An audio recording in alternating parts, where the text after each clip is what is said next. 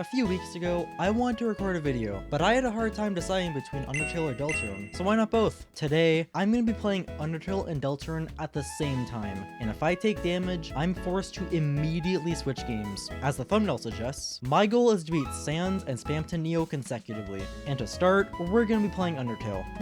Scratch that, we're going to be starting with Deltarune. The beginning of Chapter 1 is pretty irrelevant though. While we can take damage in the overworld, it's really not that hard to run past, and Lancer's attacks are barely a challenge either, but being cocky gets you nowhere in life.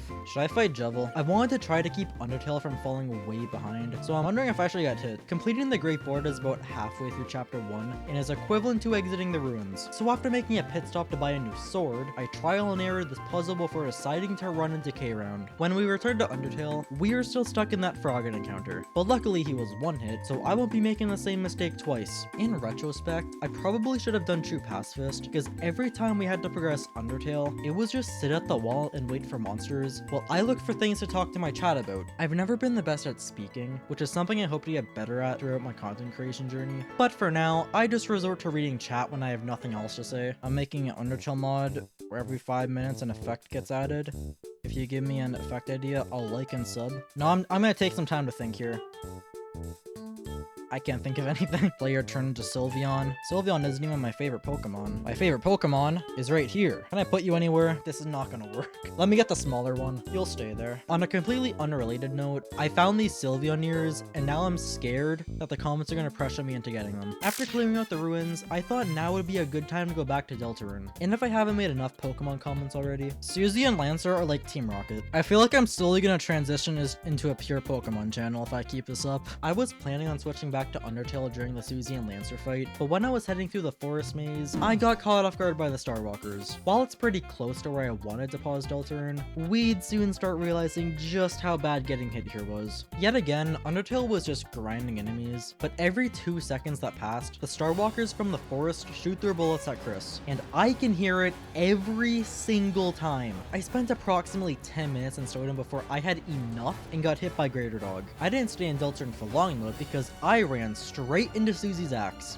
This is the point in the challenge where a lot of the notable highlights were just me getting hit so I could progress through the opposite game. So let's take a quick break to play a little game. How many times do you think this Mew plush fell off my shoulder during the stream? I'll give the answer later. After killing Papyrus, I adventured behind a waterfall to find some new clothes before deciding to finish the Suzy and Lancer boss. I wanted to make this challenge harder, so I added a new rule where if I died, I'd have to restart that game. And this might have been the worst time I could have added such a rule. Oh my god. I now had a time limit before I would have to restart the entirety of Deltarune. I tried to get hit by Aaron, but since I was trying to take as little damage as possible in Undertale, I just barely missed. And instead of trying again, I killed him for some reason and had to rush over to Washua. When I switched back to Deltarune, I'm not dead yet! Oh my god! I actually just saved my whole run. Before fighting Jevil, I decided to head up to Rules of Shoff to buy better weapons and completely neglect my party's defense. I'm sure that won't cause any problems. I don't find Jevil all that difficult, but I was very nervous going into this fight. Because I had to switch games as soon as I took damage, I'd have to stand still for the rest of the attack, which could very easily end my run then and there. Fortunately, I got hit right as the attack was about to end, so I didn't suffer too much damage. Back in Undertale, I grabbed the ballet shoes and reached the second Undyne Bridge. I was really focused on talking to my chat in this section, and I accidentally walked into a spear. These spears deal a considerable amount of damage given how fast they appear, and I was once again on a time limit. Only this time, I was in a much worse situation. Jevil's next attack was the Devil's Knife, which would guarantee kill at least one of my party members. But I had no choice or I'd die in Undertale. I definitely overestimated Undyne's damage though, because I was nowhere close to death, and now Deltarune's in a really bad spot. I just left Jevil for now and continued through Waterfall. And do you remember when I said that most of the highlights were just me getting hit? Well, that's about to get even worse than it already is. It's only been like 5 minutes of ignoring Jevil, and I was ready to try another attempt. Yet because I was trying to balance this Mew plush on my shoulder, dodging attacks was much more difficult, and I would be constantly alternating between Undertale and Deltarune, just trying to survive this fully optional boss. After 10 minutes of this, it was finally over. Being one hit away from defeat, I sent a rude buster towards Jevil, didn't beat him, and lost all of my progress. I can't say I wasn't annoyed about dying to a boss I never had to fight to begin with, and I took my frustration out on Mew by banishing him from my shoulder. Instead, chat, hear me out. Yeah, that didn't last long. I made it all the way back to the castle before getting hit by a Rooted Ranger, and when returning to Undertale, apparently I was fighting the last remaining monster before Undyne. Undyne is just past the halfway point for Undertale, and I knew it would be very easy to finish the Hotland encounters. So do you want to know what I did? I died to her.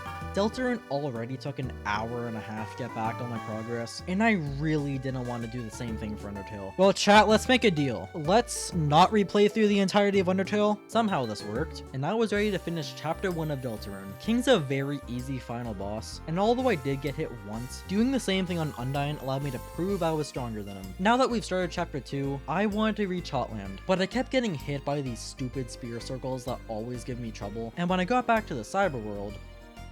What?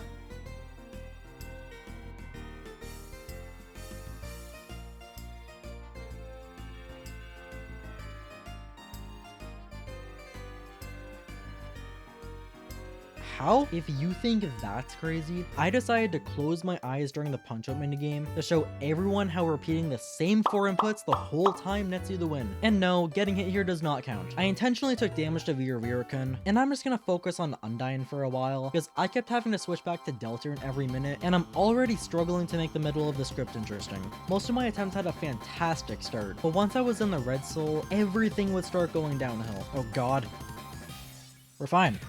No need to worry. Every time I say that is when I worry the most though, and several hits later, I met my third demise. Jevil was one thing, but Undyne's difficulty comes from having only one party member to take the hits. It's not even that I'm bad at fighting her, because I can easily do it without healing. The problem here is that one mistake often costs the entire fight, since, you know, I'm not allowed to move for the rest of the attack. So after dying a 4th time, I ended up beating Birdly and Deltarune before jumping into attempt 5. I was doing really well this time. I would always die just over halfway in, but I was well past that, and she could only take a couple more hits. Come on, please.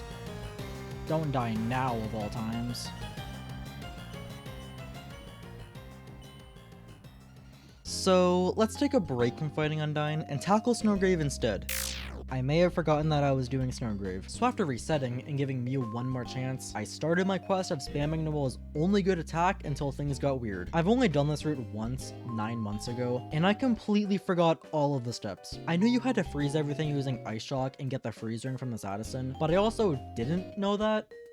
Let's just go back to Undyne. I've been skipping over a lot of deaths and damage from her, and I had no idea she was one hit this whole time. I think my true issue was that I didn't have the determination from Mew cheering me on. When entering Hotland, I wanted to progress both Undertale and Deltarune at the same time. Both games were pretty much parallel now, but my naiveness quickly caused the balance to shift. I've already aborted Snowgrave once already, so how about we do it again? I thought I was done freezing enemies, but I forgot that you had to backtrack to the start of the Cyber City before you can get the freeze ring. And after being certain that I did everything correctly, I was confused why this Addison wasn't giving me the ring, and I reset the game a 3rd time when all I had to do was walk 2 steps down. Upon equipping the ring though, everything went smoothly. I was getting hit so I could do a little grinding in the core, but I eventually froze everything and grabbed the Thorn Ring from Spamton. Getting the TP for Snowgrave is very quick if you spam defend, and there's nothing really to note in the mansion, apart from getting lost in the Pippus maze and having to fight my way through the wall. I reached Spamton New with Undertale being decently far behind.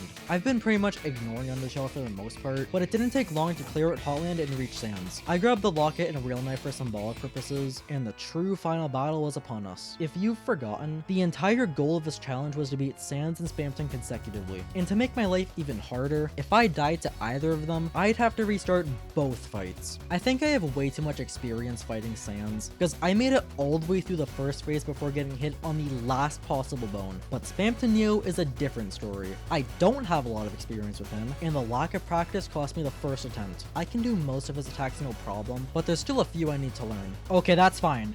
At the end of the attack, that's perfectly fine. My next attempt of Sands went horribly. I didn't even make it past the 3rd attack before losing all of my health, and I almost immediately died to Spamton, but miraculously survived with 1 health while I sat at 4 in Undertale. I had a lot of extremely close calls this run, and even managed to bring Spamton to his defense phase. Unfortunately though, I got hit at a really bad time, and was forced to watch in agony as my health slowly dropped to 0. The following run went alright, however, I made a bad decision decision on Spamton, which resulted in yet another death. And I would love to discuss the next attempt, but I forgot to switch OBS scenes. Not that it matters, because Spamton got the better of me twice in a row. I know this is a very fast-paced ending, but I spent an hour fighting these two, and I don't remember any of it. When I was looking back in the stream while writing the script, all of the attempts blurred together. Like, I had several runs where I clutched up with very low health, and all of them deprived me of joy right at the last second. I was getting so drained of continuously fighting these two that I had to change the rules to make it easier. So instead of just dying if I got hit at all, I was allowed to dodge the rest of the attack before switching games, and